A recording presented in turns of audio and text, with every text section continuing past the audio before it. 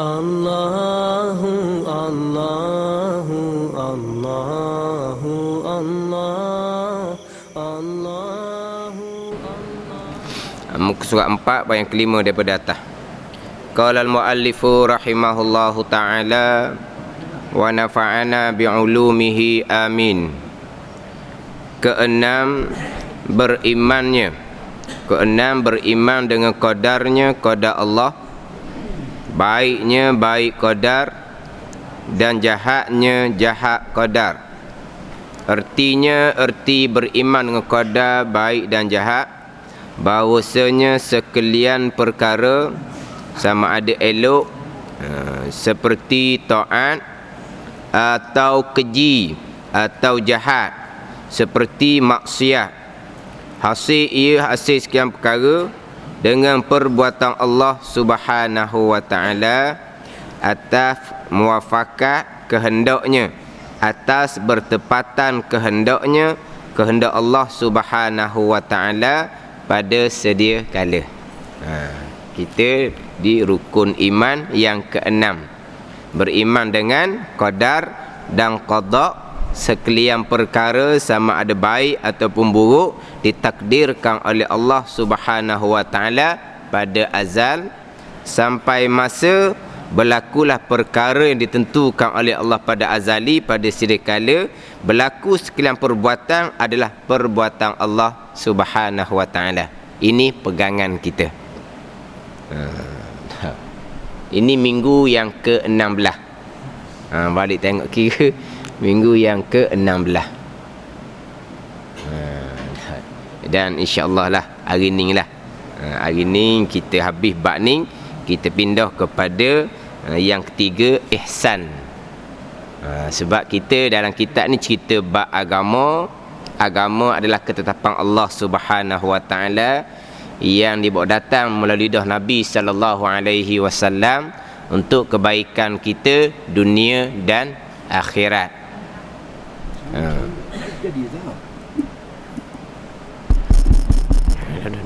Untuk kebaikan kita dunia dan akhirat. Jadi agama yang dibawa datang oleh Nabi sallallahu alaihi wasallam melengkapi tiga: Islam, iman dan ihsan. Kemudian didatangkan takrif Islam serta dengan rukun dia, didatangkan takrif iman serta dengan rukun dia. Jadi sekarang ni kita rukun iman yang keenam. Habis di sini berpindah kepada yang ketiga bahagian agama, iaitu ihsan. Jadi sekalian perkara yang berlaku ditentukan oleh Allah Subhanahu wa ta'ala pada azal sampai masa berlaku. Sekalian perkara, sekalian perbuatan adalah perbuatan Allah Subhanahu wa ta'ala. Tetapi pegangan ahli sunnah wal jamaah, kita ada sedikit peranan yang dinamakan ikhtiar dan usaha. Disandarkan perbuatan kepada kita, ikhtiar pilihan hati, usaha kita buat disandarkan kepada kita, tetapi ikhtiar usaha kita tidak bekas sama sekali. Tapi kita disandar perbuatan kepada kita. Contoh ayatnya, wa ma taf'alu min khairin ya'lamhullah wa tazawwadu fa inna khairaz zadit taqwa. Apa-apa kebaikan apa-apa perkara daripada perkara kebaikan yang kamu lakukan, nescaya Allah mengetahui, dan berbekallah kamu, buat bekalanlah kamu, sesungguhnya sebaik-baik bekalan adalah bertakwa kepada Allah. Di sini dua peringkat. Yang pertama, Allah Ta'ala sandar perbuatan baik kepada kita.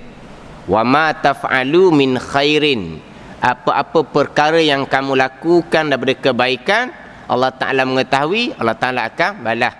Lepas tu, wa tazawwadu, Allah Ta'ala perintah kita melakukan amal, melakukan bekalan. Sebaik-baik bekalan adalah bertakwa kepada Allah Subhanahu wa ta'ala.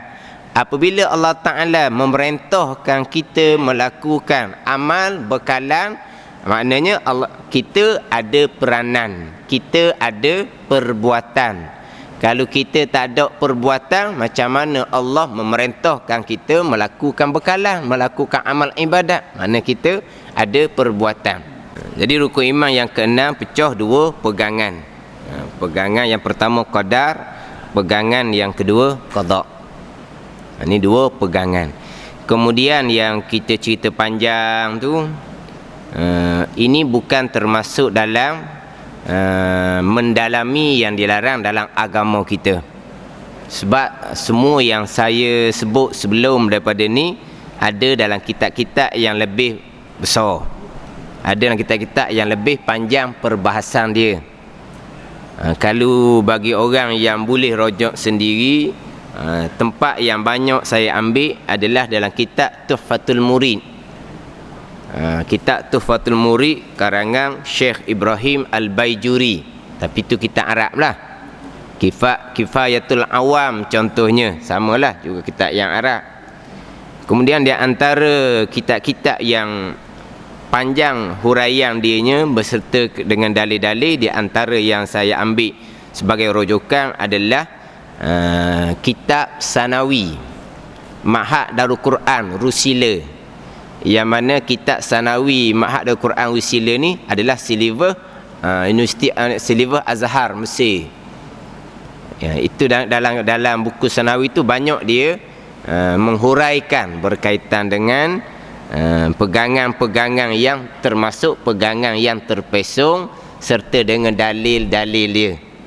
Maknanya huraian ni semua ada dalam kitab-kitab yang lebih panjang, yang lebih besar huraian dia. Kalau kitab Jawi contohnya kita rujuk dalam kitab Sirajul Huda ke, dalam kitab Bidayatul Hidayah ke karangan Syekh Muhammad Zain, dalam kitab Aqidatun Najin ke, itu dalam kitab-kitab ni dia ada menceritakan berkaitan dengan perkara-perkara yang saya sebut dalam kelas yang sebelum daripada ni. Jangan kata mendalami sangat, bukan. Sebagian dia duk sebut ulang-ulang sebelum ni, yang jadi panjang kerana kita ulang-ulang perkara yang sama. Kita ulang-ulang perkara yang sama, sebab tu jadi lama sedikit lah. Alhamdulillah. Jadi balik kepada ikhtiar usaha. Syarak kita menuntut kita melakukan ni, melakukan amal ibadah, buat asbab, berusaha. Ini peringkat syariat kita. Kalau sakit, Nabi sallallahu alaihi wasallam perintah kita buat sebab dengan berubat. Diperintahkan kita bekerja untuk cari nafkah yang wajib kepada kita. Bahkan peluh yang keluar daripada tubuh orang yang bekerja untuk nafkah yang wajib, bagi keluarga dia, tubuh tadi diharamkan daripada disentuh oleh api neraka. Ini semua adalah melakukan asbab, melakukan ikhtiar usaha. Ini adalah perintah Allah Subhanahu wa ta'ala. Masalah hak pegangan tetap dah. Masalah pegangan tetap dah. Segala-gala perkara adalah perbuatan Allah Subhanahu wa ta'ala. Bahkan kalau kita katalah, kalau begitu kok tak payah usaha.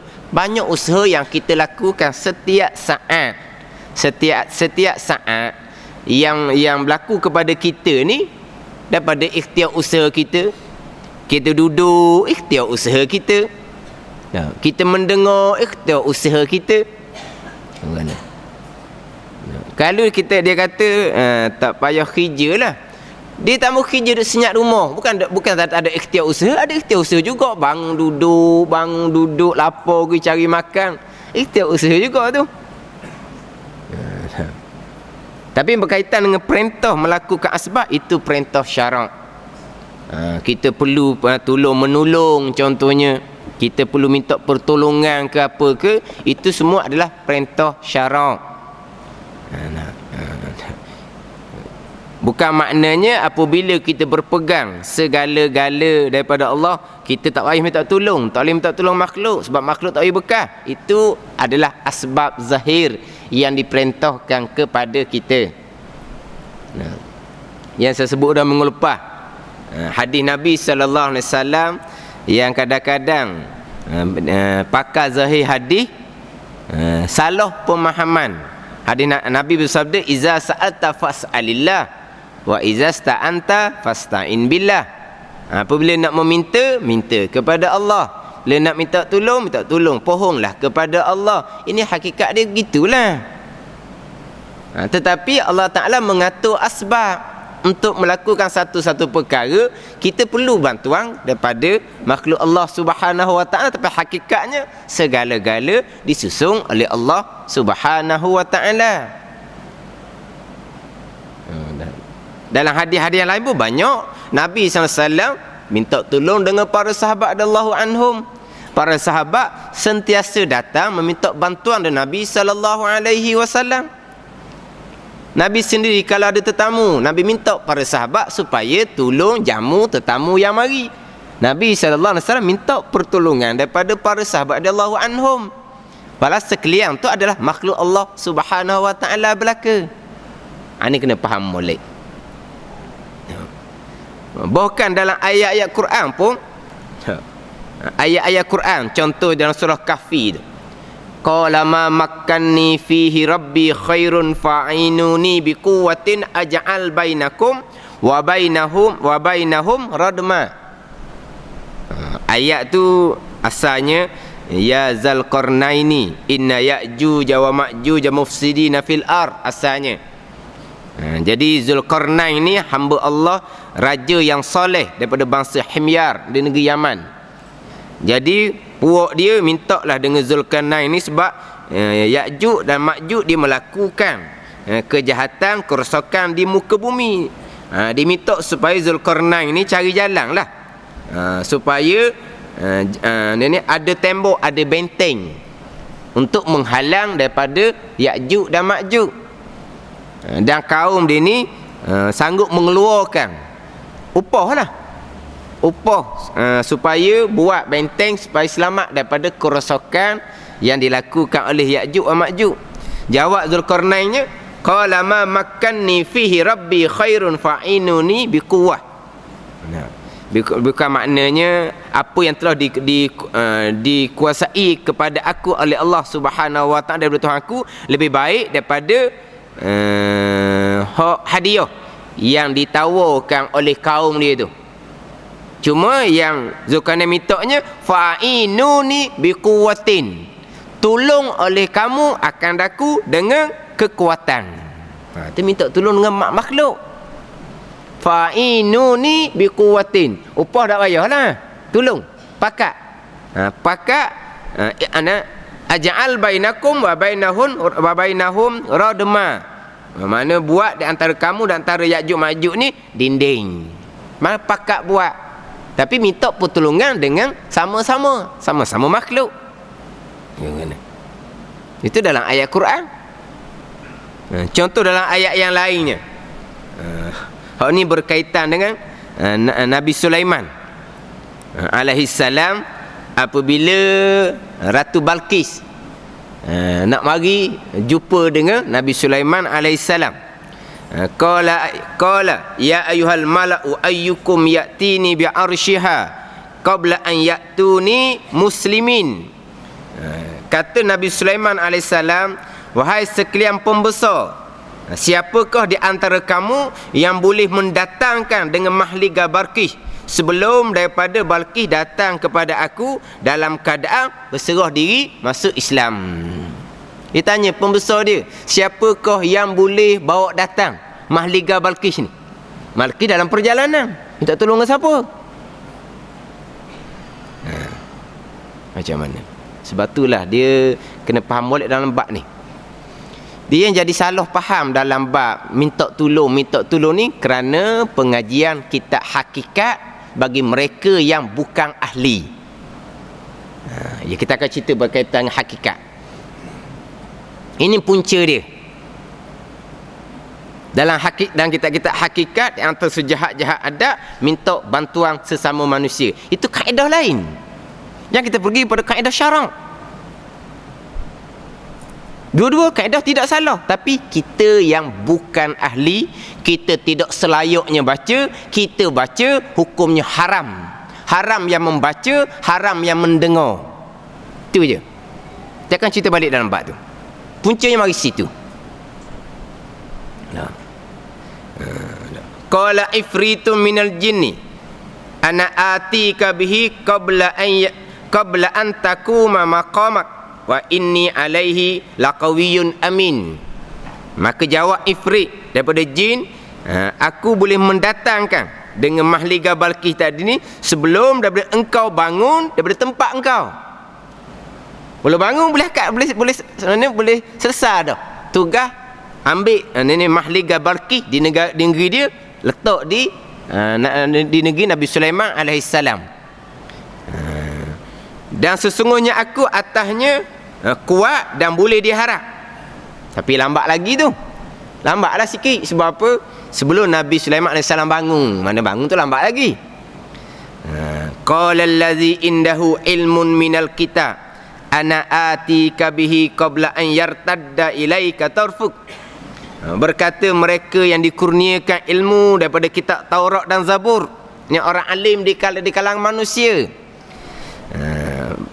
bahawasanya aku ni boleh mendatang dengan mahliga Balqis sebelum daripada mata kamu berkelip.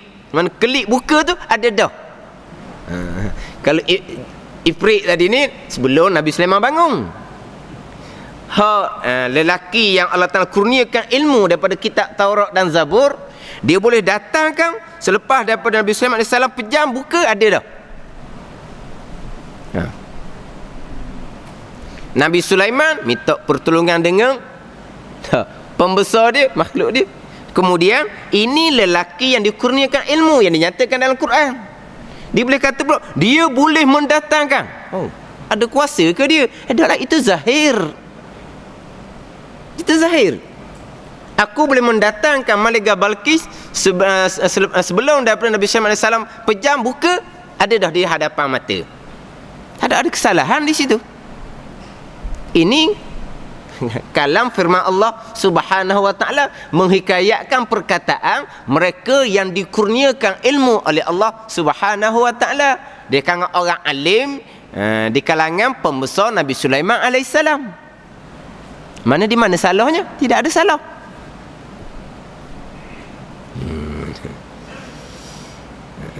Falamma ra'ahu mustaqiran indahu qala hadza min fadli rabbi. Bila Nabi Sulaiman AS tengok mahliga tu tetap di hadapan Nabi Sulaiman AS, Nabi Sulaiman berkata, inilah kurniaan Tuhanku. Minta pertolongan dulu. Dapat, alhamdulillah, ini kurniaan daripada Allah Subhanahu wa taala. Bukan tak boleh minta tolong. Minta tolong. Maka lelaki soleh, lelaki yang alim ni bawa datang, hakikatnya adalah kurniaan daripada Allah Subhanahu wa ta'ala. Dah. Bagaimana?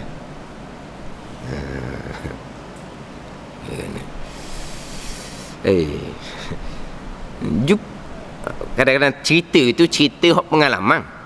Cerita jumpa, cerita pengalaman. Tahulah punca kenapa dia salah faham. Memang kerana salah pengajian. Ni ceritalah ni. Dia susah sikit. Maka saya pun katalah ke dia, dah orang tua dia senang, minta lah tolong. Kerja dengan orang tua ke macam mana ke dah susah. Tak boleh minta tolong makhluk, syirik, dia kata. Kita faham dah. Dia ambil mana ni? Sebab dia orang belajar. Kita faham. Salah pengajian. Salah pengajian. Tak apa, tersenyak je. Sebab memang tunggu masa, kita boleh cerita balik, boleh tunjuk balik kesalahan dia tu. Sekejap dia panggil opang dia, minta tolong buat air, tetamu mari ni. Tanya dia balik, awak minta tolong dengan siapa? Dengan opang dapur. Itu makhluk, syirik, dia buat sendiri. Terkia-kia. Dia minta tolong opang buat air, opang dia bukan makhluk. Itu asbab zahir. Tolong menolong adalah asbab zahir. Pegangan kitanya, segala-galanya adalah kurniaan Allah Subhanahu wa ta'ala. Ada yang tambah berobat lah, macam-macam lah. Tambah berobat.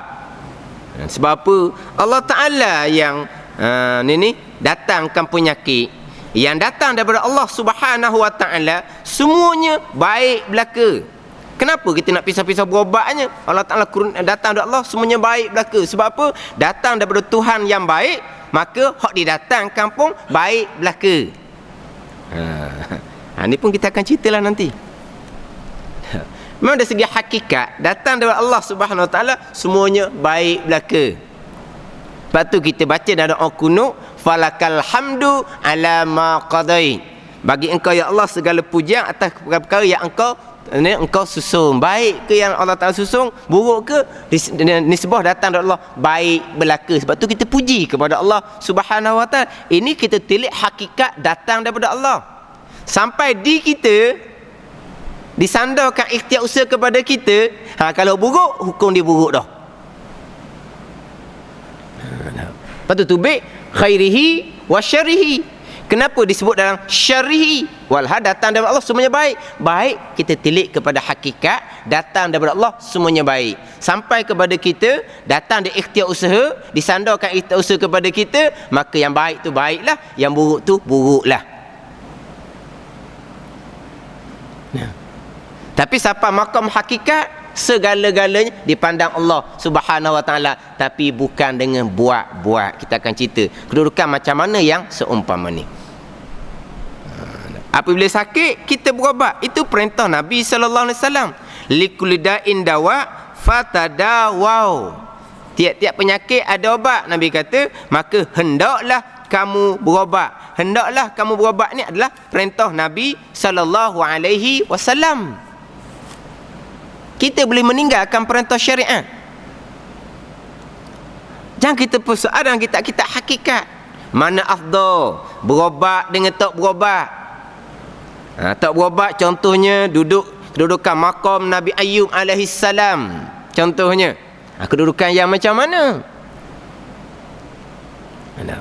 Mana afdal berdoa ataupun tidak berdoa? Berdoa makam taslim, makam tafwid, makam Nabi Ibrahim alaihi salam. Ketika nak dicampur ke dalam api oleh Raja Namrud, tidak minta doa kepada Allah Subhanahu Wa Taala. Sehingga kan Jibril alaihi salam datang tawar bantuan. Sebab apa ni? Nak kena bakar ni, api bukan api kecil. Orang kafir ni digerang, dia buat kerja tak masuk akal. Orang kafir ni dah digerang, kerja tak masuk akal. Sekadar nak bunuh orang, nak bakar orang, sebab apa cari kayu api sampai menambung-nambung. Siapa tu nak letak pun tak boleh, sebab panasan tak lagi dekat. Mengkapi kuat. Siapa kena buat lastik lah apalah. Ni dan digerang kepada agama, dia akan buat kerja hok. Tak cerdik lah orang panggil. Kerja tak cerdik. Maka Jibril AS tanya, alaka hajah? Ada hajat ke berapa? Amma ilaika fala. Tak ada hajat kamu. Sebab apa? Jibril AS makhluk tak ada bekas sama sekali. Tak ada hajat. Tapi Jibril AS tu tak payah buat gapo pun, padanglah api tu. Tapi Jibril AS tetap makhluk Allah Subhanahu Wa Taala. Maka Jibril AS tak ada hajat ke dia minta ke mana Allah Subhanahu Wa Taala. Nabi Ibrahim AS jawab, amma ilaihi fa ilmuhu yughni an su'ali. Ada meminta kepada Allah, pengetahuan Allah Taala tahu dah dalam keadaan macam mana sekarang Nabi Ibrahim AS. Tak payah minta dah. Itu maqam Nabi Ibrahim AS. Tetapi selepas letak anak serta isteri dia di tanah haram Mekah, Nabi Ibrahim AS berdoa. Itu maqam ubudiyah. Kita nak letak gitu. Kita peringkat syariat kita, iyyaka na'budu wa iyyaka nasta'in, akan dikau kami semua, akan dikau kami minta pertolongan kepada engkau ya Allah. Tak minta orang syariat ni dipanggil orang yang sombong. Adapun peringkat hakikat dia tak minta. Yang pertama i'timadan ala qismati, ni wastighalan bi zikri, disebut dalam kitab hikam, kitab hakikat. Tidak minta kerana bergantung pada bahagian dia, dan sibuk kerana mengingati Allah Subhanahu Wa Taala sehingga tidak sempat nak minta. Kita lain, kita kena berubat, kita kena berdoa kepada Allah Subhanahu Wa Taala. Dia dah baca kisah-kisah hak tinggi-tinggi, kisah dalam kitab hikam. Orang aulia berjalan dengan anak dia, hilang anak dia. Hilang anak. Cari tak jumpa. 3 hari dah hilang, tak jumpa. Jadi orang suruhlah dia berdoa kepada Allah Subhanahu Wa Taala. Jawab aulia ni, berpaling aku atasnya pada yang hukum. Maknanya berpaling dari tetapan Allah Taala. Tu lebih sangat daripada hilang anak. Tu berat lagi daripada hilang anak bagi dia. Dia tidak beradab dengan Allah Subhanahu Wa Taala. Jangan kita nak lakon kita pula. Faham tak? Ini kena letak molek. Kena letak molek. Inzil manazilah. Kena buh molek. Kita sakit, kita berobat. Sebab apa? Tak mau berobat serah. Tak ada berapa hari mengeluh. Allah sakitnya, tak tahannya, beratnya. Mula timbul macam-macam.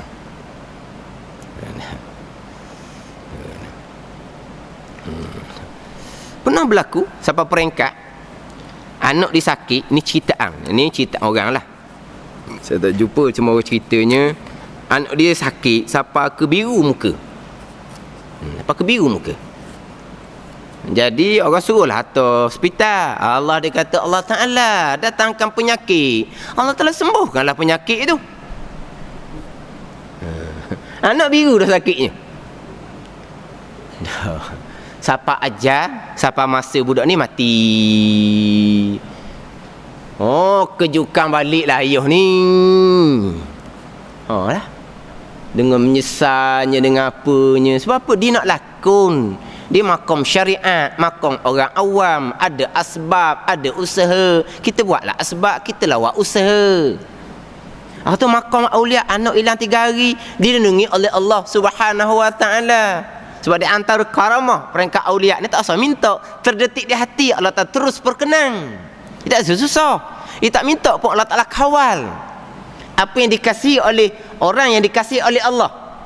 Aulia ni dikasihi oleh Allah. Apa yang dikasihi oleh orang yang dikasihi oleh Allah, Allah Ta'ala akan pelihara. Tak susah lah.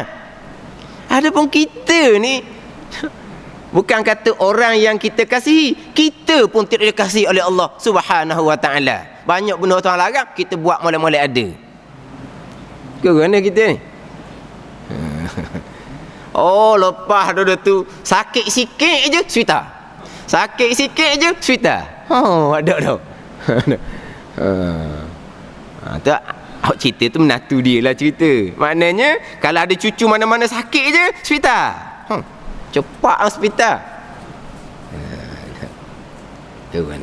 Ini kena faham boleh. Ini tak nak buat-buat ni. Kita ada asbab, kita ada ikhtiar usaha, kita orang peringkat syariat. Tu kan. Sama juga kita kata opan nak beranak. Opan nak beranak. Maknanya kita kena aturlah tempat dia. Mana banyak alat. Alat-alat pun makhluk belaka. Ini asbab zahir. Banyak alat. Tapi ada orang senang cakap. Dia kata Allah Ta'ala masukkan anak dalam perut, Allah Ta'ala lah mengeluarkan anak dari dalam perut. Sibuk agapanya. Sebab apa? Yang cakap ni tak mengandung pun. Dia orang lelaki. Bini dia mengandungnya. Jadi Allah Ta'ala memasukkan anak dalam perut, Allah Ta'ala menjadikan hamil. Allah Ta'ala lah yang mengeluarkan anak yang Allah Ta'ala jadikan tu. Sampai pekat turun darah, pas turun darah sampai ke pekat cemah dah.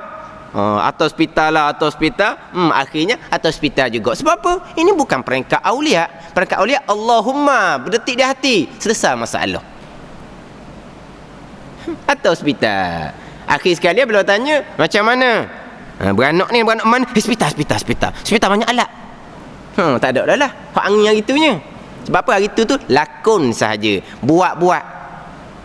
Akhirnya apa-apa hospital banyak alat. Walau hari itunya opang dia, bini dia nyari-nyari lah kita kata. Ini semua salah bawakan belaka, salah pengajian. Sebab syariat belum lepas, dia sudah pergi kepada ilmu yang lain.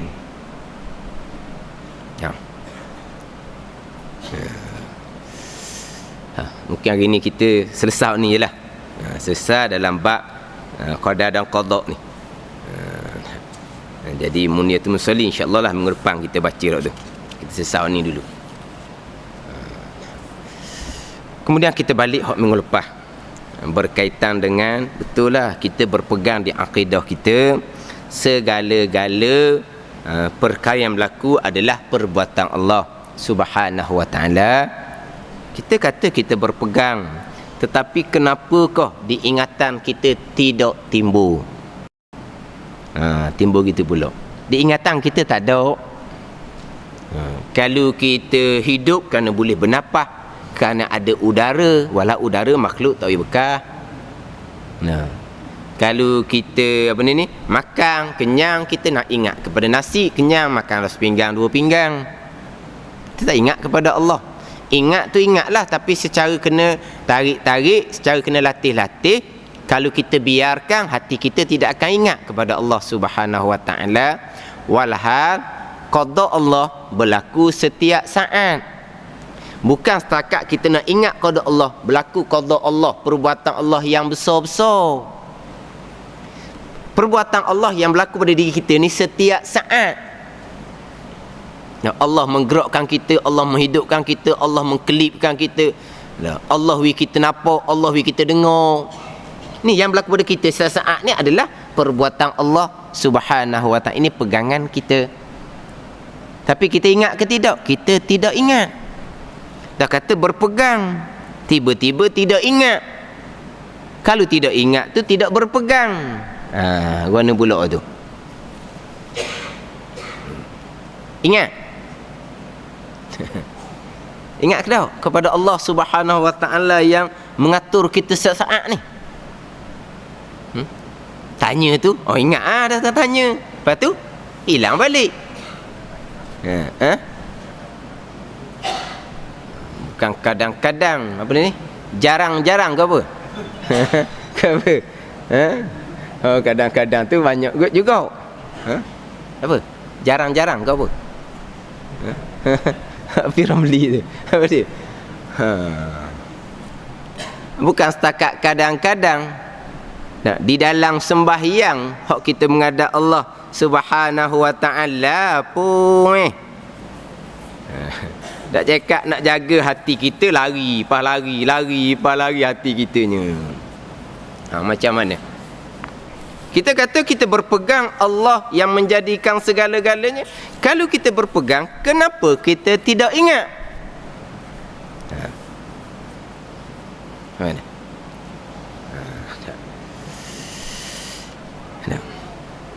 Kita kena faham, yang kita cerita sekarang adalah bab pegangan, bab akidah, bab syariat. Pegangannya kita pegang, kejap, putus, sebenar dengan dalil yang jelas. Itulah pegangan. Pegang, kejap, putus, sebenar pegangan kita dengan pegangan ahli sunnah wal jamaah. Lepas tu ada dalil kita.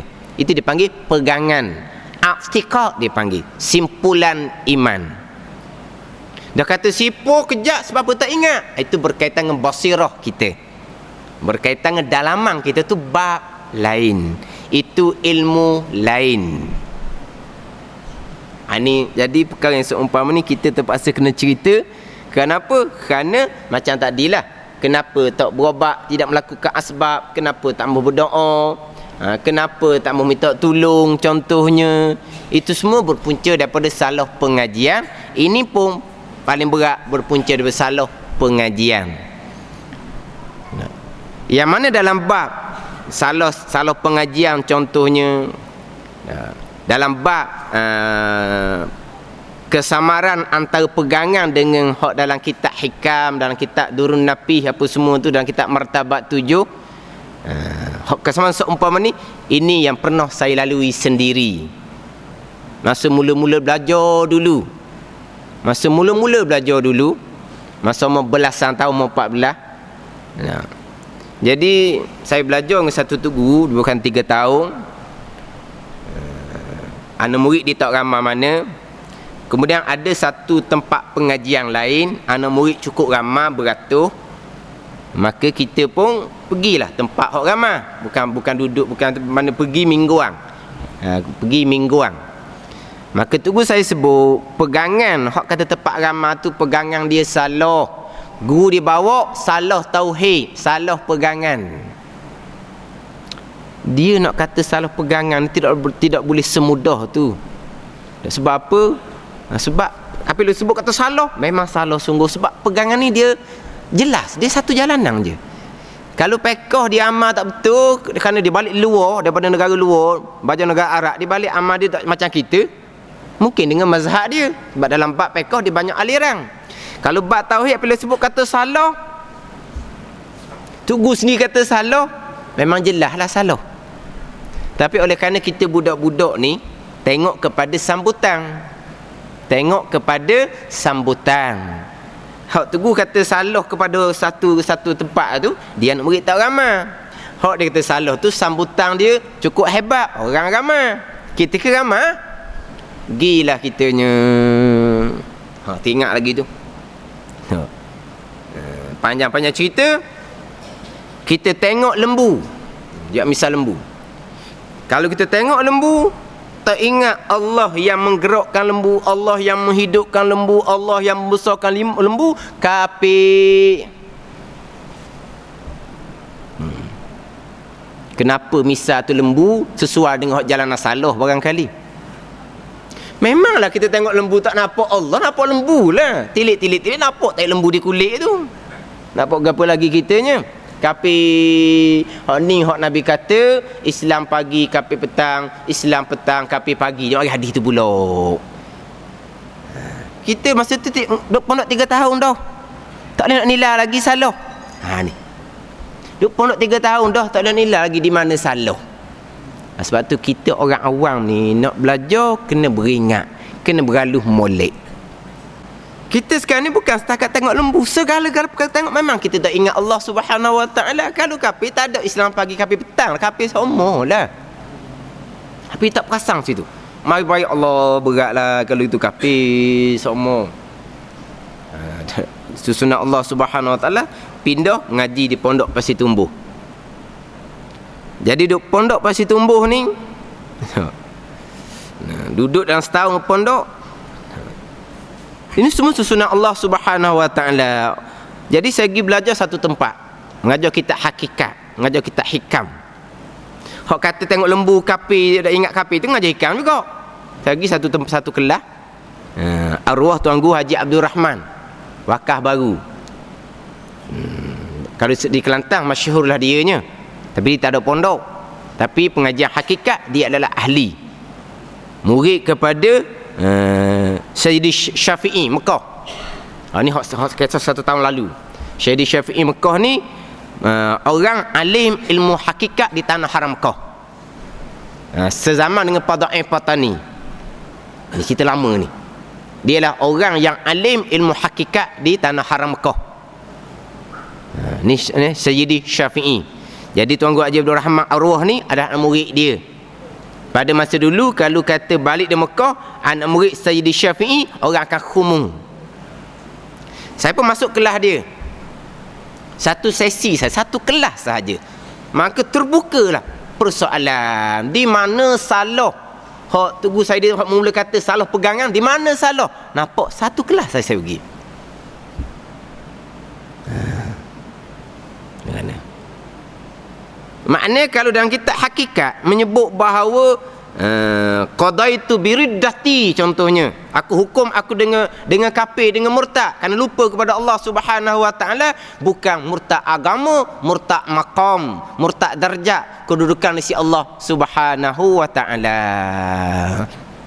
Kalau baca kitab hakikat, baca kitab hikam, kata arwah Tuan Guru Haji Abdul Rahman, hura kepada tauhid, salah bawakan akan didakwa di akhirat di padang mahsyar. Ada. Alhamdulillah. Itu cerita bab lain. Bab hakikat berkaitan dengan kedudukan mata hati masing-masing dengan Allah Subhanahu Wa Taala. Kemudian macam mana kita nak dapat ni supaya kita boleh ingat kepada Allah? Itu tulis di whiteboard. Kita cerita sikit tau. Kita menutup ni, kita cerita sikit bab berkaitan dengan pegangan. Kita berpegang dah. tetapi basirah kita tidak ingat kepada Allah. Kenapa kau basirah tidak ingat? Yang disebut dalam kitab-kitab hakikat, orang yang lupa kepada Allah Ta'ala, dosa yang amat besar. Bukan dosa besar, dosa yang amat besar. Dosa apa di situ? Dosa yang amat besar.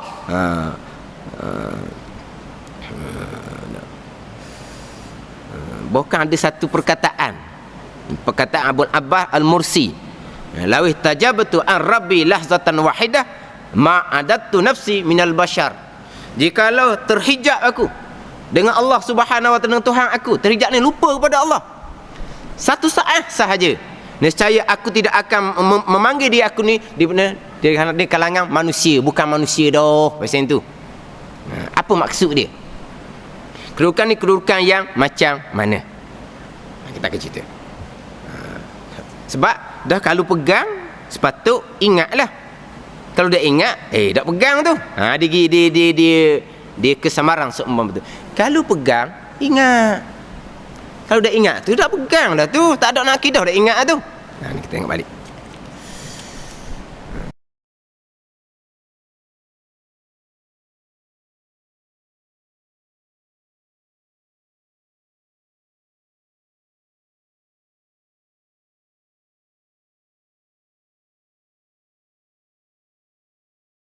Sekarang ni kita cerita berkaitan dengan pegangan. Ini pengajian kita. Pegangan tauhid.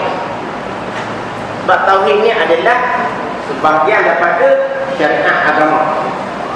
Sebab kita syariat agama kita 3. Islam, iman dan ihsan. Kita ada 3. Islam, iman dan ihsan. Maknanya tauhid, fiqh dan tasawuf. Jadi ini tauhid, syariat zahirnya fiqh, syariat batinnya tasawuf. Ini agama kita, ini syariat agama. Yang kita cerita sekarang adalah berkaitan dengan pegangan yang kita panggil i'tiqadiyun. Kita berpegang dengan akidah kita dengan pegangan yang tidak sebenar. Kita berpegang dengan akidah yang tidak sebenar ni dipanggil orang yang ada makrifatullah, orang yang mengenal Allah Subhanahu wa taala. Awal din makrifatullah, awal agama mengenal Allah. Mengenal Allah dengan segala aktivitas di segala pegangan. Yang kita panggil makrifat amatul, makrifat orang kebanyakan, makrifat orang awam, ini orang lain kepada kita. Ini kita cerita makrifat dalam bab pengajian ilmu fardu ain. Tapi sekarang ni kalau kita dengar ada orang awak pergi belajar mana, saya pergi belajar ilmu makrifat, dia kata. Kena ingat, ini bukan cerita makrifat fardu ain ni. Dia lompat kepada makrifat peringkat hakikat. Dia panggil makrifatun khasatun. Ini makrifat peringkat awliya. Dia pun orang dia lompat. Dia tak maju ni. Kita lompat. Kita dah sikit pegangan kita. Kita berpegang segala-galanya. Dari segi ingatan basirah, lenyap kita. Ingatan kita kepada Allah hanya sekadar sekejap. Itu pun kerana kita tarik, kita latih, kita jaga hati kita. Dalam keadaan jaga pun, yang banyaknya lalai, lupa. Jadi peringkat kita syariat, lalai lupa bukan satu dosa. Yang kata lalai, lupa tu dosa syirik. Contohnya syirik yang khafi, dosa ataupun mutlak. Ini berkaitan dengan hakikat. Dan kita lain mana ni? Kita sebenarnya cerita hakikat ni dia panjang. Kita nak sempurna Quran ni terlebih dahulu. Agama kita terlebih dahulu. Ini dulu. Kita tidak ada jalan pintas. Kita ada istihjar. Orang yang terlampau istihjar, terlampau bokuk. Ni main surabaya. Ni jadi kita bila dapat Tuhan. Dapat Tuhan ni kata. Ini pun lupa. Istihjar sebelum kita sering tolibin syar minhajul abidin adalah salah satu daripada lubang syaitan menipu daya anak Adam. Sunnah itu sunnah Allah Subhanahu wa taala. Yang penting kepada kita menyempurnakan kewajipan kita. Syariat ini kewajipan kita. Ini hak kewajipan kita. Biar pegangan betul boleh Syariat zahir kebanyakan dengan ilmu. Syariat batin kita pun kena dimana dah. Kita kenal 10 sifat mazmumah. Kita kenal 10 sifat yang mahmudah. Sifat mahmudah yang pertama adalah taubat. Itu awak taubat di sini. Ini sifat mahmudah yang pertama. Taubat. Inilah kita orang syariat. Bertaubat daripada dosa-dosa yang kita lakukan. Nak bertaubat pada dosa-dosa yang dilakukan, panjanglah ceritanya sebab kena mengajar kita kemana dulu. Kita boleh tahu mana yang sebenar, mana yang diperintah oleh Allah, mana yang dosa, mana yang salah. Sebab tanpa untuk ilmu macam mana bertaubat. Malah itu berilmu, walaysa binta'id. Sesiapa yang tidak belajar ilmu agama tidak dinamakan orang yang bertaubat. Sebab itu kalau ikut susunnya ilmu tasawuf syariat batin ini nombor 3. Tapi belajar ni kita belajar serentak. Serentak. Nah, tetapi kemas pegangan, kemas syariat zahir, kita belajar ilmu tasawuf syariat batin.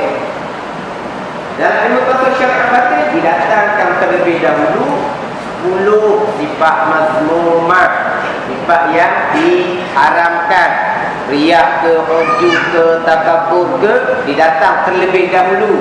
Lepas kena sifat mazmumah, barulah nak kita tengok sifat yang mahmudah, sifat yang wajib yang sudah kita 10 sifat dimulai dengan taubat, sifat mahmudah yang pertama. Baru kita tahu dah kesalahan hati, kita tahu dah kesalahan zahir, kita tahu dah kesalahan pegangan. Maka itulah kita nak bertaubat. Cukupkan hukum taubat, kena belajar dulu. Dan taubat inilah permulaan jalan bagi orang yang salih, orang yang menjadi jalan tarekat. Inilah permulaan jalan.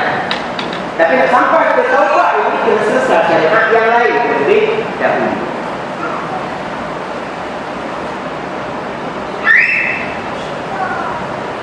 Ini pegangan syariat kita.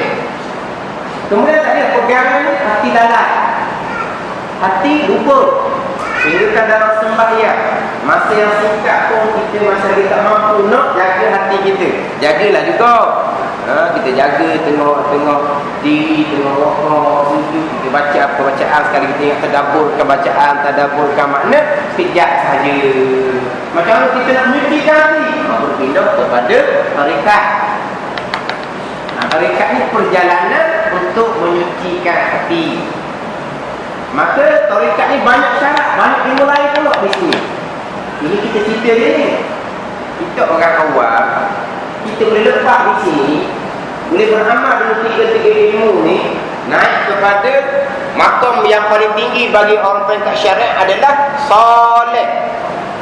Orang yang soleh dia panggil.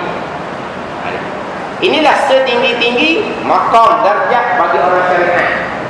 Kita nak dapat makam soleh ni pun alhamdulillah dikurniakan oleh Allah Subhanahu wa taala. Sebab soleh ni bukan jarang dulu. Itu dah soleh ni al-faqih hukukillah wa hukukil adamiyyin. Orang yang menunaikan segala tuntutan dengan Allah Subhanahu wa taala, segala kewajipan dengan Allah Subhanahu wa taala. Nak menunaikan segala kewajipan mesti ada ilmu terlebih dahulu. Soleh dia menunaikan segala kewajipan berkait dengan Allah dan segala kewajipan berkait dengan sama-sama kita dengan masyarakat, kita dengan terutama sekalinya kita dengan keluarga kita sendiri. Itu kewajipan kita dengan anak-anak isteri kita contohnya. Kalau kita membiarkan yang menjadi kewajipan kepada kitanya, kita lepas seorang hak kewajipan dengan kita ni, hubungan kita dengan manusia, anak isteri yang paling dekat, kita membiarkan. Itu bukan orang soleh. Dapat kedudukan seumpama ni, alhamdulillah. Tapi inilah setinggi-tinggi makam bagi orang syariat, iaitu soleh. Ini kita cerita bab kedudukan dalam bab ilmu tarekat. Di antara sejahat-jahat adab, dia merendah-rendahkan kedudukan agama yang disuruh oleh Allah Subhanahu. Itu sejahat-jahat adab nisbah orang tarekat. Moga syariat je barang gendok. Itulah orang yang sejahat-jahat adab nisbah ilmu tarekat. Sebab apa? Dia dapat beramal dengan amal yang sebenar, pegangan sebenar, mahal dan tu. Bukan semua orang boleh dapat. Boleh cukup 3 ni. Semua tu taufik hidayah Allah Subhanahu Wa Taala. Tak nak cari di mana-mana tempat. Itu sunnah Allah Subhanahu Wa Taala. Terkadang kita pergi ke tempat yang sepatutnya tempat tu boleh mengajar kita fikir. Bagaimana? Pergi masjid, pergi surah. Masjid surah tempat mengajar ilmu agama. Mengajar ilmu agama ni mengajar ilmu pegangan, mengajar ilmu syariat zahir, mengajar ilmu syariat batin. Itu mengajar agama yang menjadi kewajipan. Tapi dalam pengajian agama dia banyaklah. Hak ni kita hak wajib fardu ain, kita hak wajib fardu kifayah dalam ilmu agama. Dia ada hak sunat-sunat kita belajar dalam ilmu agama. Tapi sebelum kita nak pergi pada pengajian yang wajib, pengajian sunat, kita mesti melengkapkan pengajian yang wajib terlebih dahulu. Sebelum pergi pada pengajian hak sunat dan hak pengajian fardu kifayah dan pengajian sunat yang lain, kita mesti melengkapkan pengajian fardu ain terlebih dahulu. Ini boleh panggil mengaji agama. Bahkan di antara guru yang tidak beradab, di antara adab guru, adab ni mana kesopanan dalam pengajaran. Guru ada 17 adab dalam servis salikin. Murid ada 7 adab.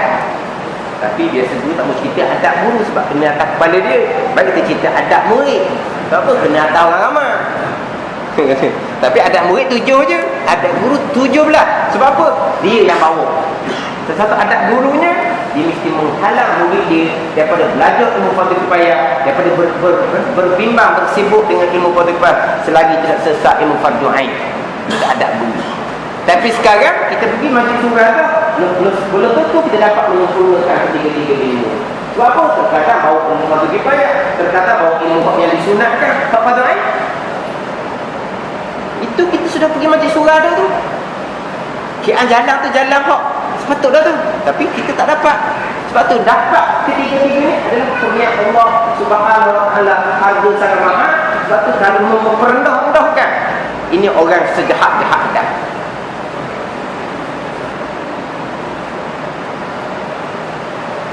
Kita cerita bab Indonesia. Kita nak pergi jadi apa ni?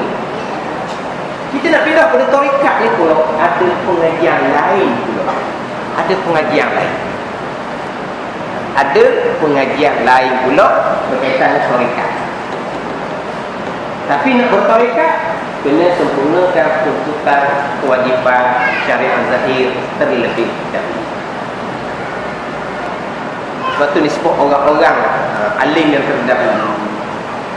Dia walaupun dia alim macam mana pun, dia buka pondok, dia balik kampung, dia cuma ada ilmu yang sahaja. Dia tidak sibuk ambil tarikat. Dia ada tarikat, dia tak sibuk. Sebab apa?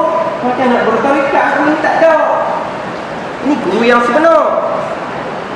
Tarikat peribadi dia memang dia ada. Tapi untuk murid dia macam mana? Sebab apa? Pak ni pun tak lepas dia ni.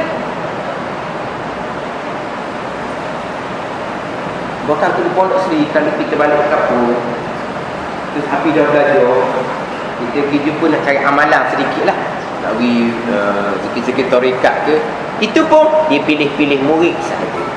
Murid mana yang belajar dapat menguasai ilmu, murid mana yang belajar dapat menguasai ilmu serta dia nampak soleh, warang, beramal dengan ilmu, dia beri.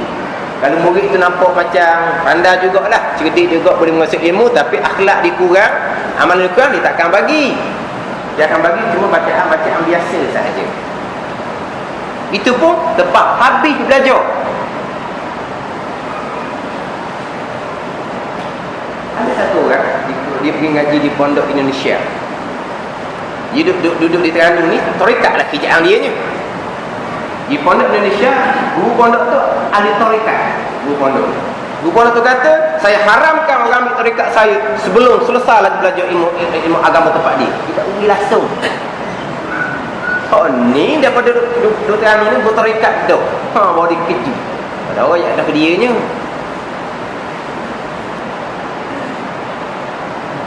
Bukan Allah Ta'ala Wajib Rahman Maka bagus tadi, meminta tarikat dengan dia.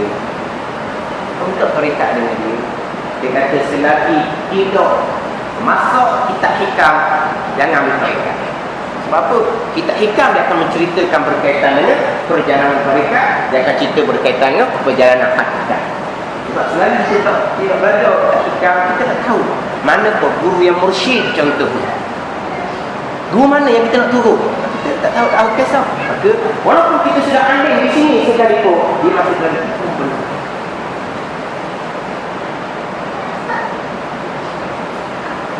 Setelah kata hikmah, alam anna tariqatul qaum dah satu. Sekarang seolah macam tak ada dah. Jalanan tarikat yang sebenar seolah macam tak ada. Jadi kita jumpa sebenar ke tidak? Mana kita nak menilai? Kita sudah alih ilmu syariat. Alih ilmu syariat. Tarikat ilmu lain pula. Tarikat ilmu lain pula. Macam mana guru tarikat yang mursyid contohnya? Yang pertama tarikat mursyid adalah yang alih ilmu fardu ain.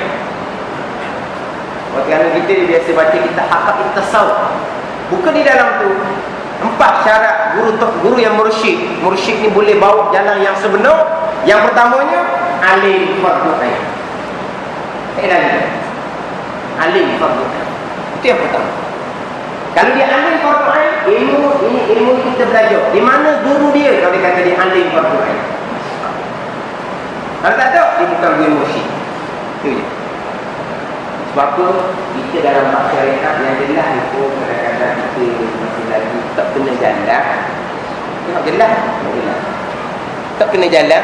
Ni halus ni. Ni seni. Jalanan yang halus. Jalanan ni, kalau jalan yang sebenar, sedaging sebenar. Kalau jalan yang tak sebenar, sedaging akan jadi sesat sampai bila-bila. Ini kita kira pengajar. Kenapa orang Arkam payah untuk berpaling balik meninggal ajaran sesat dia? Sebab dia babit dengan dalaman. Dia beramal dengan aurat Muhammadiyah. Jalan yang sesat di sini. Bila sebenar pun jalan ada Arkam ni. Lepas tu bila dia sesat serupa ni, payah untuk jumpa jalan sebenar sebab dia sudah sedaging. Tapi untuk dapat hakikat, mesti melalui jalanan tarikat. Mesti ada jalanan salih, perjalanan tarikat. Ini jalan dia untuk sampai kepada maqam hakikat. Maka perjalanan tarikat inilah yang menyucikan basirah kita. Tapi tarikat ini sendiri bukan kata zikir semata-mata.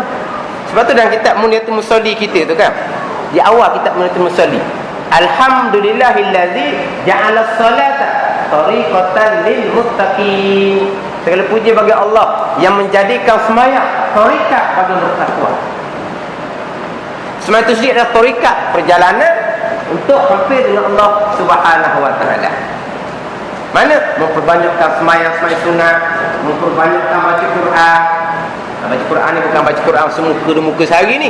Baca Quran yang berpanjangan, seminggu khatam sekali, 3 hari khatam sekali, sehari khatam sekali. Ini mana perjalanan yang menyucikan hati. Sama ada dengan selawat 10,000 satu malam ke contohnya, dalam masa 2 tahun boleh sampai ke, itu apa yang panggil tarikat. Ataupun zikir-zikir yang diterima daripada Syekhul Tariqah yang betul-betul mursyid. Daripada tarikat ni lah menyucikan apa yang ada di hati kita. Ini yang penuh di hati kita. Apa dia? Dipanggil al-ghiyar, istilah ilmu dia. Al-ghiyar ni selain daripada Allah. Apa di hati kita selain daripada Allah? Apa dia? Cuba sebut. Contoh. Contoh. Nak contoh, tak nak contoh lah. Berinyok. Tak nak contoh lah, berinyok. Selain daripada Allah. Mana? Termasuk hadi kita. Hadi kita tak ada nanti kita. Nak makan gapo, nak minum gapo, nak kerja gapo. Hak keluarga kita, hak segala-galanya. Dia panggil al-riyah di hati kita. Kita ada asgar. Mana? Kekeruhan lalai. Lalai kepada Allah. Dia satu kekeruhan yang mana menggelapkan kita. Lalai yang disebut syariatnya tidak berdosa. Maka tarikat inilah yang mengikiskan ariyat dan akidar sedikit demi sedikit di hati kita. Tetapi Kekeruhan dosa tidak terhapus dengan tarekat. Kekeruhan dosa dia dengan jalan syariat, bertaubat dengan hukum syariat. Hak ni kena selesai dulu. Ni selesai dulu sini ni. Kalau sekarang ni selesai taubat, hanya jadi orang komando, maka yang pertama amalan hati ni adalah taubat. Ni tak ada apa-apa daripada tak semayang, daripada poya-poya, tiba-tiba ikut tarekat dah, berzikir. Mana daripada pengajian syariat? Tak ada. Pengajian syariat? Tak ada. Lepas tu kalau tidak taubat daripada meninggalkan semayang. Sebesar-besar dosa meninggal semayang ni. Daripada balik sampai dia umur 20-an, 30-an, baru dia sedar, baru dia semayang, tu ambil tarekat. Tarekat tidak boleh menyucikan dosa. Sebab dosa besar wajib bertaubat. Dosa besar tidak lepas dengan amal ibadah. Maka selagi dosa besar yang ada di kita bertarekat. Tarekat ni sunat.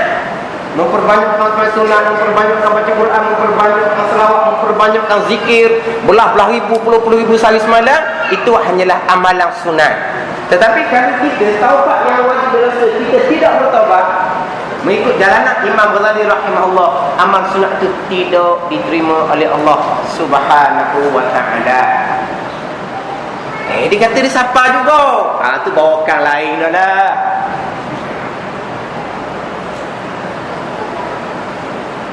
Jadi dengan tarekat ni dia akan hilangkan ayat dan akdah. Dia berzikir kadang-kadang kuat. Apa ni? Nak masuk di hati buang-buang. Ini cerita dalam perjalanan. Tapi dalam perjalanan ni kadang-kadang masih lagi terlanggar kesalahan syariat. Dalam perjalanan ni kita sudah bertaubat, tetapi terlanggar lagi. Jatuh kita je. Tapi kalau bertarekat, hak ni pun tak ada, hak ni pun tak ada, sah. Tu je. Tarekat dia ada sana, jelas. Itu bab tarekat. Bab diri kita sendiri. Bab diri kita sendiri. Bab dia banyak syarat. Jika ada bekal, kita kena ada bekal. Mana bekal? Takwa Allah. Itu bekal dia nak bertarekat. Takwa Allah dia nak lengkap di sini lah. Takwa Allah. Sekarang ni tarekat ni lah, dia berzikir, lenyak, hilang ni. Yang ada di basirah dia hanyalah Allah Subhanahu wa ta'ala. Ini dipanggil peringkat aulia, peringkat wali, peringkat aulia, peringkat hakikat. Mengikut dalam kitab Minhajul Abidin, segelintir sahaja yang comel syariat dia, perjalanan dia comel, segelintir saja sampai pada peringkat hakikat. Segelintir. Tapi tempat kita ni ramai orang mengaku. Tuah Terengganu kita ni ramai. Maka bila di hati ni hanya ada Allah Subhanahu wa ta'ala, maka lenyap segala-galanya. Ni kita sekadar cerita secara ilmu sahaja. Maka dalam kitab-kitab hakikat menceritakan lupa dosa. Dosa amat besar. Aku hukum kafir. Ni lupa duduk di sini. Hati dia sudah tidak ada selain daripada Allah Subhanahu wa ta'ala. Dia suci, bersih dari dosa. Bersih dari dosa maksum tu para nabi, para anbiya, para rasul. Peringkat aulia dipanggil mahfuz, orang yang dikawal oleh Allah daripada jatuh kepada dosa. Wali-wali, man wali Allah, mereka yang dikawal oleh Allah, yang tidak akan berlaku dah dosa syariat, tak akan berlaku dah bagi dirinya.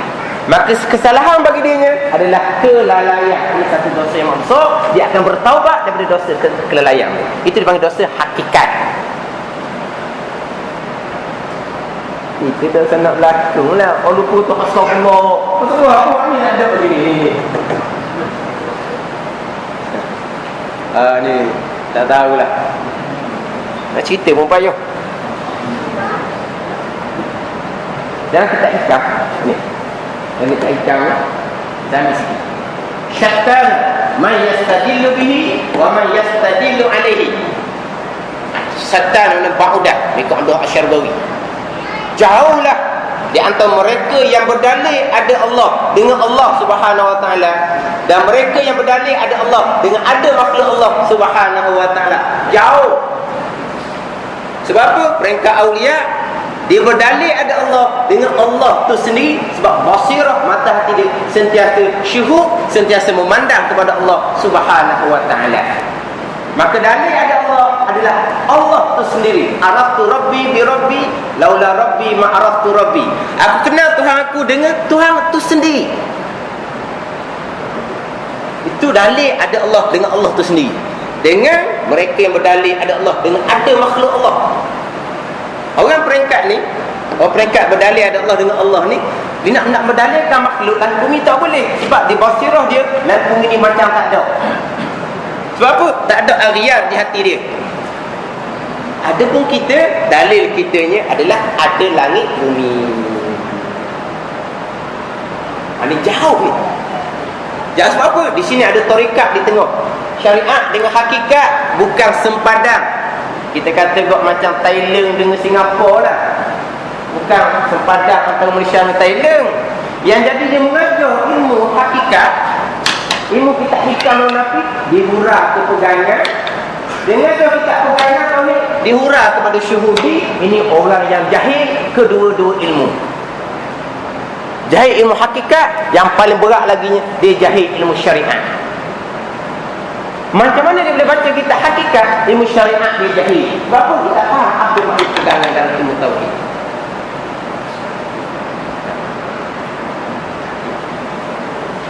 Ni jauh beza ni antara mereka yang berdalil ada Allah dengan Allah, ni makam hakikat, dengan mereka yang berdalil ada Allah dengan dalil makhluk Allah langit bumi, makam syariat. Jauh. Maka kita mengajar ilmu tauhid, kita ajarlah perjalanan tauhid syariat. Sampai masa kita ajar kita hikam Durun Nafi contohnya, kita cerita berkaitan dengan hakikat. Ini cerita bab pegangan. Cerita bab pegangan. Kita berpegang Allah Ta'ala segala-galanya. Cerita-cerita berpegang, maka kita kena ingat. Dia bagi sini dah. Oh, kita kena ingat. Ingat ni syuhudi, bukan cerita bab pegangan. Awak sedang mengajar kitab apa? Kitab I'tiqadi, kitab pegangan. Makna apa? Dia jahil ilmu tauhid. Orang yang seumpama tu haram mengajar ilmu tauhid itu sendiri. Dan haram kita belajar ilmu tauhid dengan orang yang mengajar campur aduk seumpama tu. Disebut dalam kitab Bidayatul Hidayah. Disebut dalam kitab Bidayatul Hidayah, haram belajar ilmu tauhid pada guru yang tidak berguru dan guru tidak mahir. Haram. Sebab apa? Sebab tak faham ilmu pegangan. Berpegang, kena ingat. Ingat di sini. Ni syaitan jauh, tak ada kena-mengena.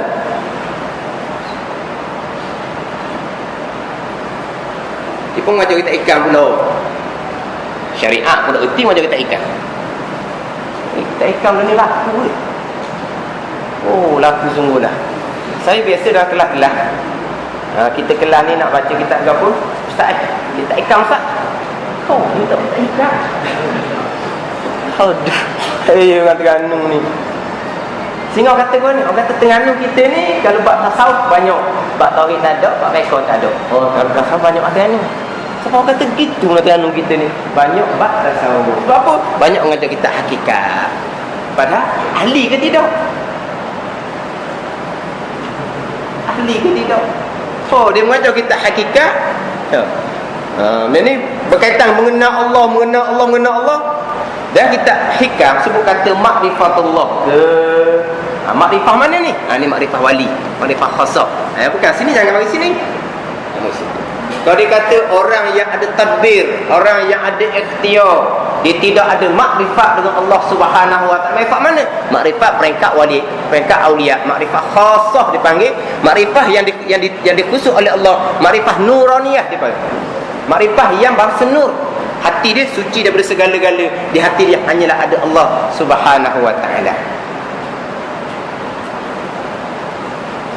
Sama juga kalau kata syirik dalam kitab kita hakikat, syirik cerita bab hakikat, bukan cerita bab kita ni.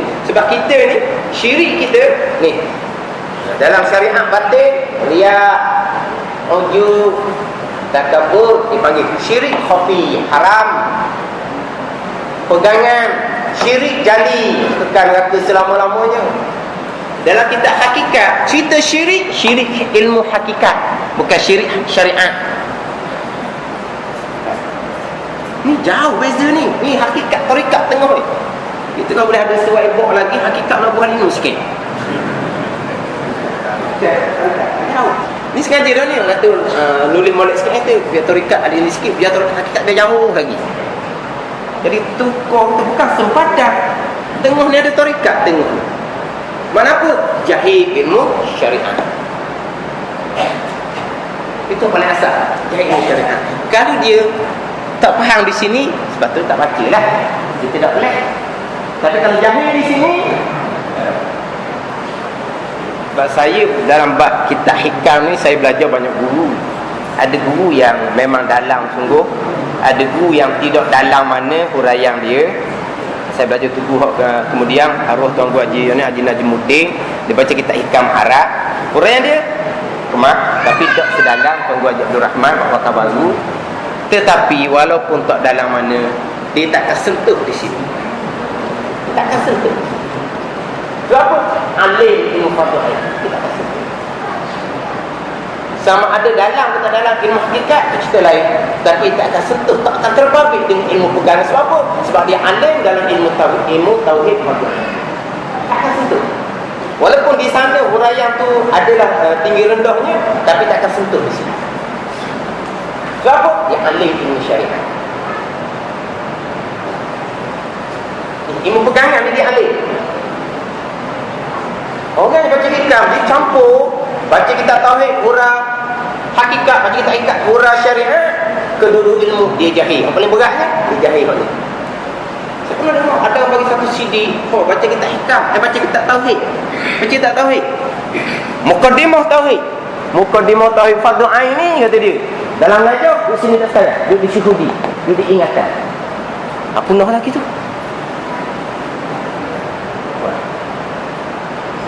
Lepas tu kita ambil satu ayat dalam kitab hakikat. Man arafal haq syahidahu fi kulli syai'. Terjemahan dia, sesiapa yang mengenal Allah, nescaya dia akan syuhud akan Allah pada tiap-tiap sesuatu. Syuhud ni istilah ilmu dia. Syuhud kalau kita bahas mana asalnya, pandang. Syuhud mana asalnya, pandang. Tapi pandang kalau kita syahidah, pandang basar. Syuhud dipandang basirah. Syuhud ni istilah ilmu tasawufnya, memandang Allah dengan Allah. Itu syuhud. Memandang Allah dengan Allah. Itu balik lagi jarang bening kan.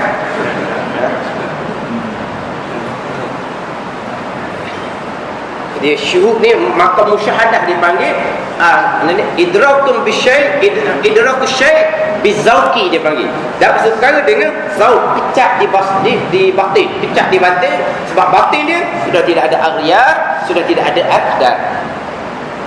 Aghyar selain daripada Allah, aqdar tukang lalai, sebab hati dia bersama dengan Allah Subhanahu wa taala.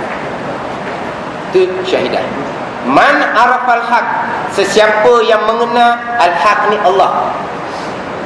Dia nak di antara nama Allah 99 adalah al-haqul mubin, al-qawiyul matin. Itu nama Allah. Jadi kita hakikat sama ada kita hikam, guru nafis contohnya, martabat 7 contohnya, dia banyak menggunakan al-haq tu Allah. Kita tidak guna nama asma Allah, kita biasa guna dalam kitab syariat, kita biasa guna nama Allah. Dalam kitab hakikat dia biasa guna nama al-haq. Itu Allah kan, nama Allah. Ar-Rahman Ar-Rahim itulah al-haq, nama Allah. Saya pernah jumpa orang baca kitab hikam sampai khatam dia baca kitab hikam, al-haq nama Allah, dia tak tahu pun. Dia tak tahu pun al-haq tu nama Allah. Mengajar kitab hikam, kelas muslimat, kelas orang puan, habis kelas tanya harga apa? Tanya hak makam ke? Tanya hak pekor, tidak ada boleh. Lama-lama habis kita hikam, tukar kitab ke apa? Suruh tukar turun napis ke atau apa tunjuk? Balik kitab pekor. Khatam kita hikam, al-haq nama Allah, tak tahu. Diterjemah sebenar. Al-haq ni sebenar lah, tu terjemahan. Ni hak nama Allah, tak terjemah sebenar. Terjemah sebenar. Dan kita hikam, iradatul haq, kehendak yang sebenar, bukan kehendak Allah Subhanahu wa taala. Ni haknya Allah. Sesiapa yang kenal Allah, nescaya dia akan pandang Allah pada tiap-tiap sesuatu. Bukan lembu je, tiap-tiap sesuatu, segala-galanya dia pandang. Oh Allah, maksudnya sentiasa memandang Allah, napak demi napak. Mengenal Allah, mengenal mana ni? Ni mengenal makrifat khasah, bukan mengenal fardu ain kita. Sebab apa? Man arfal haq ni ibarat dalam kitab hakikat. Sesiapa yang mengenal Allah ni sebab ilmu hakikat, bukan mengenal Allah fardu ain kita ni.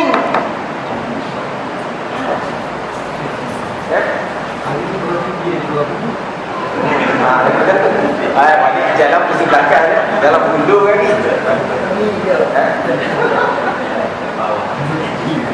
Dan sekarang kita duduk sini ke, bukan sini tentang pemerintah ni. Dan cerita di mana perbezaan dia, kenapa salah bawakan dia, kenapa salah bawakan. Jadi kita ni hari ni ke Pilat, kita baru makanan Abang Sirah, kita nak kabar ni. Boleh? Buat masalah ni, masuk dia kau lah, dia tak apa. Dia tak buat hari ni. Dia masuk lapor Manusia makna orang yang kenal Allah ni kenal peringkat awliya. Orang yang hati dia nampak demi nampak bersama dengan Allah. Hati dia zahir bercakap dengan manusia, zahir tengok manusia, bergaul dengan manusia, tapi basirah dia bersama dengan Allah Subhanahu wa taala. Ini peringkat awliya. Dilupa ketuan sesaat je dikira murtad. Murtad apa? Murtad maqam. Daripada maqam awliya jatuh. Tak pergi pada syariat tapi jatuh. Dia kena bertaubat balik baru naik semula. Sebab murtad ni bahasa Arab riddah ni dia terbalik sama mana. Kita murtad syariat, waqiyazabillah, murtad syariat terbalik daripada agama Islam kepada agama kafir. Adapun nisbah hakikat murtad mana terbalik dari makam tinggi kepada ke bawah. Dia sebenarnya bukan gini ni perjalanan dia, kena gini. Kita ambil tangga, kita buat hakikat tu di atas tu. Lupa kita jatuh. Syariat dia kemah di bawah ni. Dia bukan gini ni. Gini orang panggil selain ni. Dia kena gini ya, syariat, tarikat, mana atas. Kau kena. Lupa kita sesaat jatuh. Murtad dia kan terbalik. Murtad ni murtad maqam dia, bukan murtad agama. Kalau dosa besar pun dosa hakikat, bukan dosa syariat. Mata saya sebut lupa. Kita biasa tanya di kalangan kelas, apa hukum lupa ke Tuhan? Dosa besar ustaz, kafir ustaz. Ni dia ngaji ilmu ni. Dia ngaji ilmu ni, guru dia urus secara syariat. Murtad apa? Murtad syariat. Dosa besar apa? Dosa besar syariat. Boleh tanya balik, apa hukum ingat ke Tuhan? Apa hukum ingat ke Tuhan? Syariat kita. Ingat ke Tuhan dalam sembahyang pun hukum syariat kita adalah sunat. Kan gitu? Hukum syariat kita adalah sunat. Khusyuk dalam sembahyang itu hukum fiqh yang kita dulu kan. Khusyuk dalam sembahyang sunat ayat. Oh, ada orang apa? Ustaz mengajar ilmu syariat, kita duduk ilmu hakikat. Khusyuk dalam sembahyang wajib. Kalau mau ilmu hakikat tak ingat belum itu. Ni jenis pening belaka ni kan, kita banyak seni ingat molek lah. Ingat molek. Kemudian itu.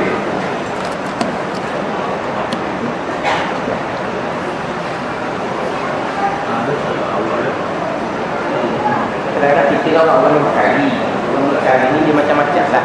Dia akan jumpa berbagai-bagai. Kita akan jumpa berbagai-bagai. Maka biar kita ada panduan. Kita tak suka cerita banyak lah. Kita pakai kaedah orang dulu. Di sini lah kita kemah di sini. Ada amalan tarekat, kita beramal gitu ya.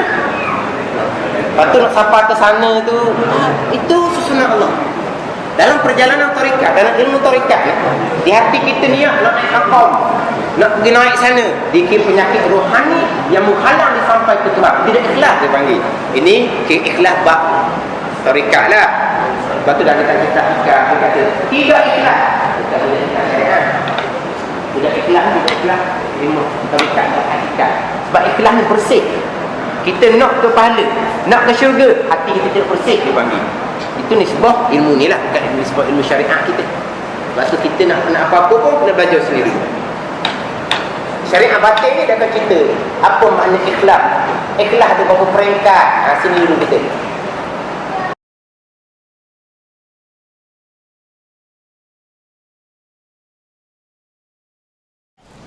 Kita tambah sikit lagi. Tak apalah dah. 2 jam apa hari ni. Saya ni boleh cerita gitu je secara ilmu sahaja. Secara ilmu. Saya sendiri pun dulu suka mencari.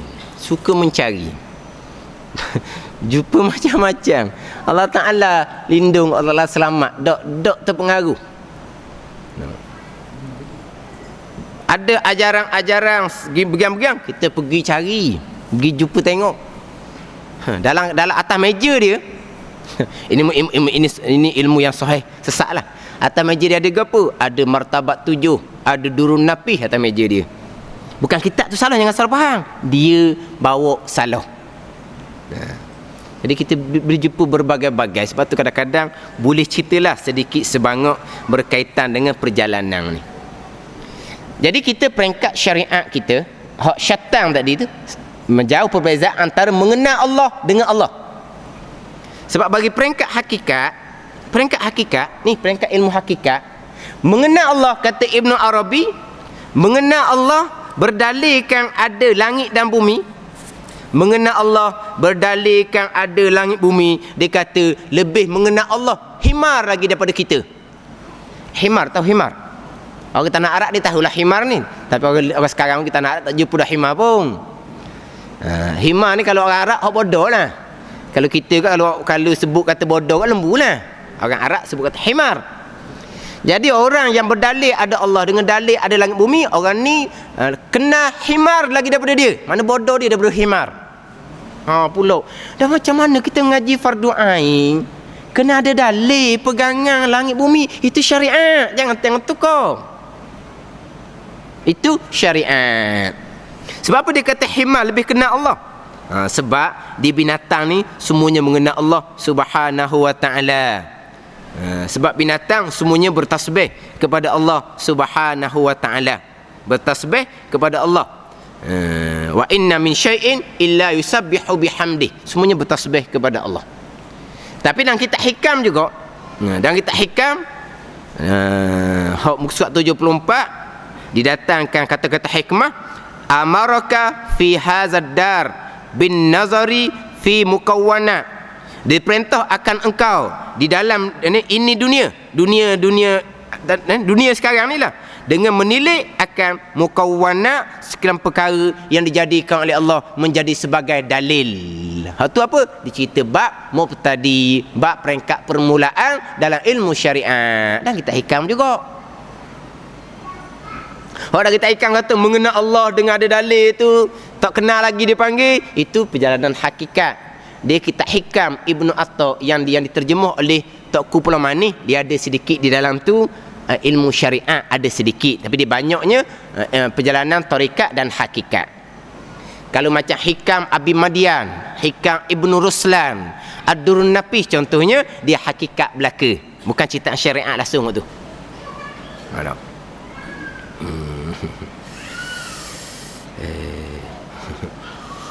Alhamdulillah. Kita ambil sedikitlah beberapa perkataan sebagai peringatan kepada kita. Sebagai peringatan.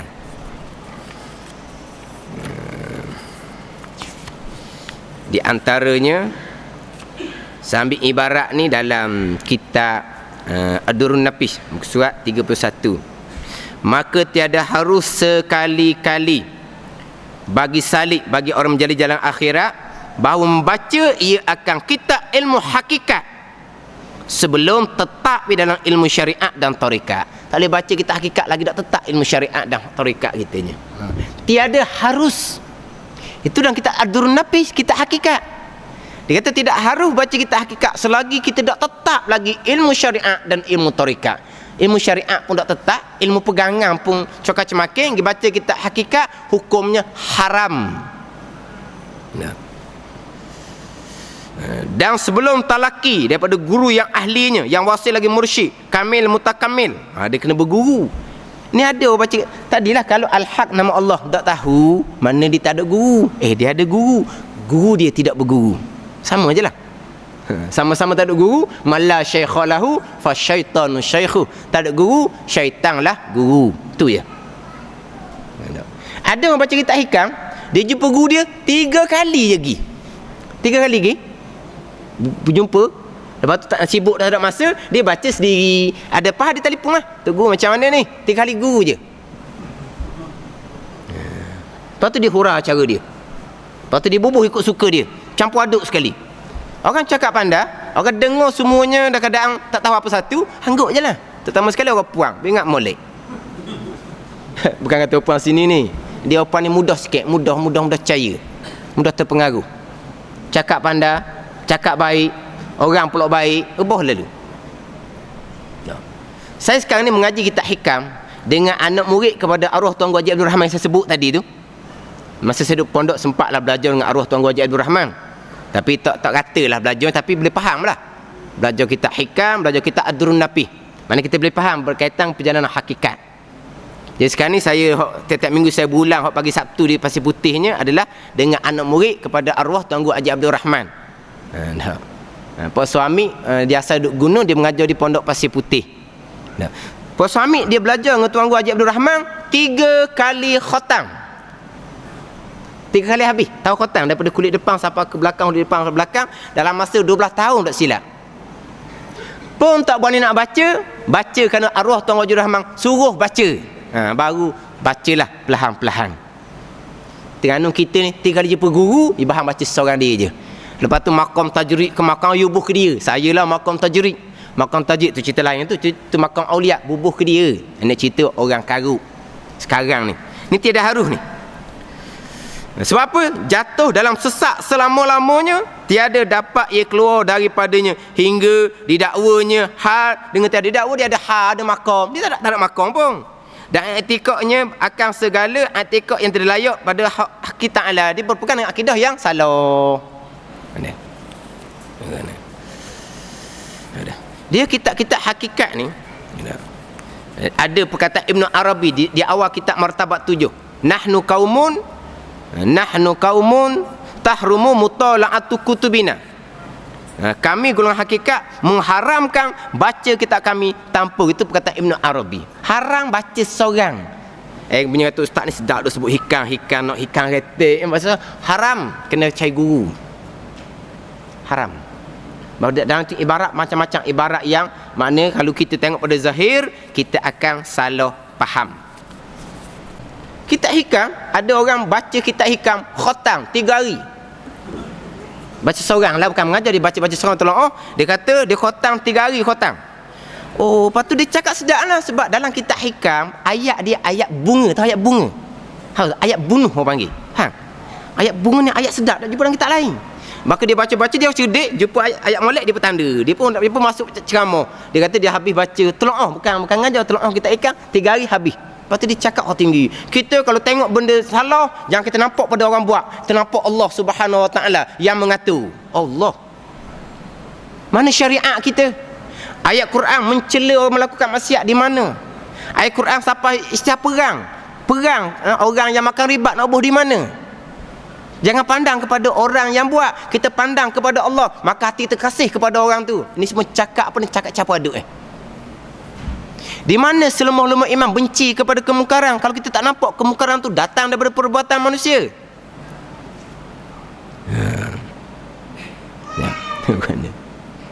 Sekarang ni dalam radio TV pun sama je. Kitab hikam tasawuf harian dia panggil. Tajuk dia tasawuf harian. Tasawuf harian, tasawuf fardhu ain. Penawar bagi hati contohnya. Tapi baca hikam tasawuf harian. Dia hurah dalam TV itu semuanya direct kepada tauhid. Anak murid yang tanya semua soalan tauhid. Ini semua akan didakwa di padang mahsyar, sebab kitab hikam bukan kitab tauhid, kitab hikam bukan kitab syariat. Kena faham molek.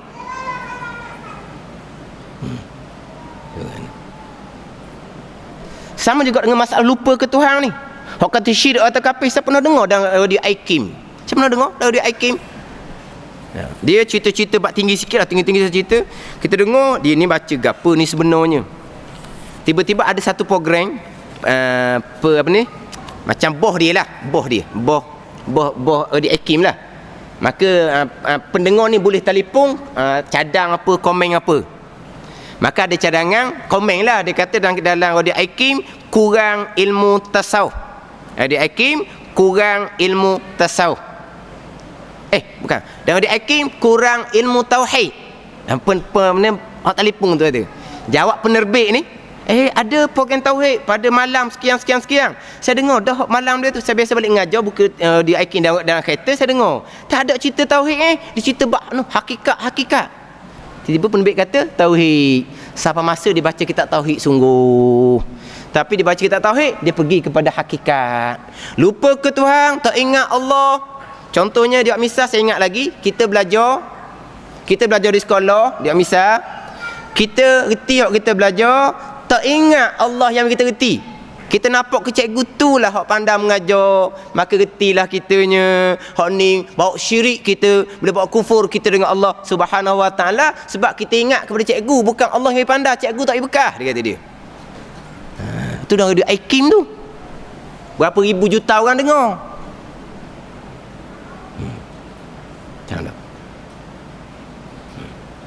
Sebab apa kita tak haram kita lupa ke Tuhan.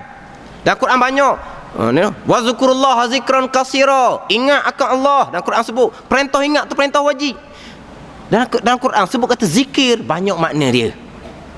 Wala takun minal ghafilin, Tuhan kata jangan jadi kamu orang lalap. Tu larangan tu, lupa ke Tuhan dosa. Sebab apa dalam Quran kata wala takun minal ghafilin, jangan kamu jadi orang lalap. Lupa tu berdosa. Jangan pergi pada syariat. Lalai itu banyak huraian dia. Apa makna lalai? Dia pergi kepada hakikat. Lalai berdosa, boleh bawa pada syirik, boleh bawa pada kafir.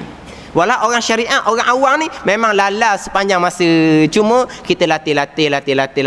Kita jangan membiarkan diri kita dalam kelalaian yang berpanjangan. Sebab apa? Syaitan mudah bersarang di dalam hati kita. Paling kurang dalam semayang kita jagalah hati kitanya. Tetapi kenapa hati kita semayang dia mari semacam sahabat semayang sampai hilang dunia. Sahabat semayang cabut panah pun boleh. Tu di hati dia tidak ada makhluk, di hati dia hanya ada Allah Subhanahu Wa Taala. Hal tu kita nak lakong. Tapi kita usahalah dalam sebuah syariat kita jaga hati kita jangan buat lebih kurang. Sebab apa? Pahala semayang bergantung khusyuk banyak mana. Kalau khusyuk tu banyak pahala semayang. Khusyuk sikit pahala semayang. Tapi khusyuk sunat hayat tidak diwajibkan. Sebab di luar kemampuan kita orang awam yang hati penuh dengan zulmah, banyak perkara lagi hak kita tak selesai. Macam mana? Kita cerita bab tauhid, kita apa ke makam hakikat, balik jadi wali kita. Jangan kita nung syariat. Tak ada cerita bab tarekat hakikat di sini. Kita cerita syariat. Cuma kita cerita di mana kau kesalahan yang timbul. Lepas tu kalau ada sesiapa lah yang ada kemusykilan, bolehlah kita berjumpa cara peribadi. Sebab ini kadang-kadang ini ilmu lain, ilmu tarekat ilmu lain. Kita jangan pelik. Dia orang pondok, dia balik Azhar, dia sakilah tu kodi ketuk apa pun, macam mana dia boleh terbabit dengan tarekat yang salah? Dia orang alim ilmu syariat, dia bukan alim ilmu tarekat. Ilmu tarekat ilmu lain. Sebab itulah pesanan Arwah Tuan Haji Abdul Rahman, selagi tak masuk kitab hikam tak boleh ambil tarekat. Itu peringatan. Lepas tu nak masuk kitab hikam kena cari guru yang mursyid, bukan guru yang baca sendiri. Hak mana kitab hakikat pun tidak pandai, kitab syariat pegangan pun dicukar cemaking. Itu yang mana? Pukul 11 dah gini. Sekali ni je. Pukul 11. Jangan serik pula. Hai serik dah ustaz ni. 10.30 jadual. Oi, pukul 11. Balik rumah ke mana nampak? Oh, nasib baik pukul 11. Kalau pukul 12 mana tak tahu. Sebagai panduan lah. sebagai panduan. Kalau kita punya pegangan, segala-gala perkara yang berlaku adalah susunan Allah dan perbuatan Allah Subhanahu Wa Taala. Kemudian kita latihlah hati kita sentiasa mengingati Allah. Tak boleh ingat hati pun, kita latih anggota zahir kita buat benda yang Tuhan suruh, tinggal benda Tuhan larang. Mana sekurang-kurangnya anggota zahir kita berzikir mengingati Allah Subhanahu Wa Taala. Walaupun dalam kita tak ingat, tapi anggota zahir kita buat baik. No. Zahir kita duduk majlis ilmu, mana zahir kita sudah beribadah, berzikir kepada Allah Subhanahu Wa Taala. Mudah-mudahan apabila zahir kita melakukan amal ibadah, hati kita kalau lembut, mudah-mudahan seumpama tu. Tu ialah peringkat kita, peringkat syariat, peringkat pegangan. Habis dalam rukun iman yang keenam. Kita kena bacalah sikit ni untuk minggu depan. Bukan nak baca ni. Nak kita minggu depan kita sambung baca. Bermula ihsan itu berbuat baik dengan bau ikhlas oleh seseorang pada segala taatnya. Itu bahagian agama yang ketiga, iaitu ihsan. Islam, iman dan ihsan. Wallahu a'lam. Bismillahirrahmanirrahim. Alhamdulillahirabbil alamin. Wassalatu wassalamu ala sayyidil mursalin wa ala alihi wa sahbihi ajma'in. Allahumma aftah alaina futuhal arifin. Allahumma allimna ilma aqdamin wa fahimna masabikin warzuqna rizqat talibin. Allahumma zidna ilman kana bis salihin.